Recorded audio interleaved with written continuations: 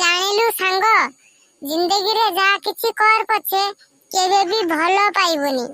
ଜୀବନରେ ଭଲ କେବେ ପାଇବୁନି ଝିଅକୁ, କେବଳ ଧୋକା ହିଁ ଧୋକା ଦବ। କେତେବେଳେ ନା କେତେବେଳେ ଧୋକା ଦେଇକି ପଳେଇବ ଯେ ତୁ ଖାଲି କାନ୍ଦିବୁ। ଜୀବନରେ କେବେ ବି ଭଲ ପାଇବୁନି ହେଲା।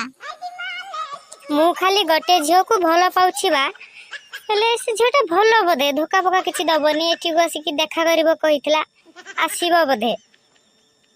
ଆରେ ତୁ ଭଲ ବି ପାଇଲୁଣି? ବ୍ରେକଅପ୍ କରିଦେ ରେ ସାଙ୍ଗ, ଭଲ କଥା କହୁଛି, ବ୍ରେକଅପ୍ କରିଦେ। କି ବାଜେ କଥା କହୁଛୁ?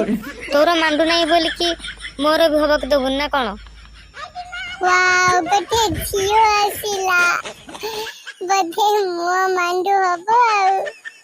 ୱାଓ, ଦେଖିବାକୁ କେତେ ସୁନ୍ଦର, ୱାଓ ବଢିଆ ଲାଗୁଛି ପୁରା। କାଇଁ କୋଉଠି? ତୁ ଦେଖ ନା, ଇଏ ମୋ ମାଣ୍ଡୁ ଆଉ। ଆରେ ଲିଜା, ତମେ ଏଠି କଣ କରୁଛ? ମୁଁ ତମ ସହିତ ଦେଖା କରିବାକୁ ଆସିବି କହିଥିଲି ପରା। ଓହୋ, ହଁ ମନେ ପଡିଲା। ବଇଏ ମୋ ମାଣ୍ଡୁ ବେ, ତୁ କି ବାଜେ ପିଲାଟା, ନାଳୁଆଟା ପୁରା।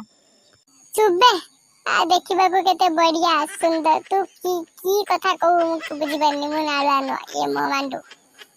ମାରିବି ଗୋଟେ ଗଇଁଠା, ଜାଣିପାରିବୁ। ମୋ ମାଣ୍ଡୁକୁ କହୁଛୁ ତୁ ତୋର ମାଣ୍ଡୁ। ଏ ତୋ ମାଣ୍ଡୁ, ୟାକୁ ତୁ ଭଲ ପାଉଛୁ ନା? ମୁଁ ତ ଜାଣିନି ଆଉ। ସରି ସାଙ୍ଗ। ଆରେ ତୁ ଦେଖିବାକୁ ବହୁତ ବଢିଆ, ୟାକୁ କେମିତି ପଟେଇଲୁ କି ରେ? କେମିତି ପଟେଇବ କଣ, ସ୍କୁଲ ଫ୍ରେଣ୍ଡ ଆଉ, ସେମିତି କଥା କହୁ କହୁ ହେଇଗଲା ଆଉ। କାଇଁ ମୋର ତ କିଛି ହଉନି। ତୋର କେମିତି ହବ? ତୁ ତ ସ୍କୁଲ ଯାଉନୁ, ତୁ ତ ଗଜମୂର୍ଖ ଗୋଟେ, ଘରେ ରହିବୁ। ଆଉ ସ୍କୁଲ ଗଲେ ସିନା ତୋର ଫ୍ରେଣ୍ଡ ହବ, ଫ୍ରେଣ୍ଡ ହେଲେ ସିନା ତୁ କାହାକୁ ଗୋଟେ ମାଣ୍ଡୁ କରିପାରିବୁ। ତ କିଛି କରିବୁନି, ଏମିତି ଖାଲି ଆବାରା ଭଳିଆ ଘୁରିବୁ।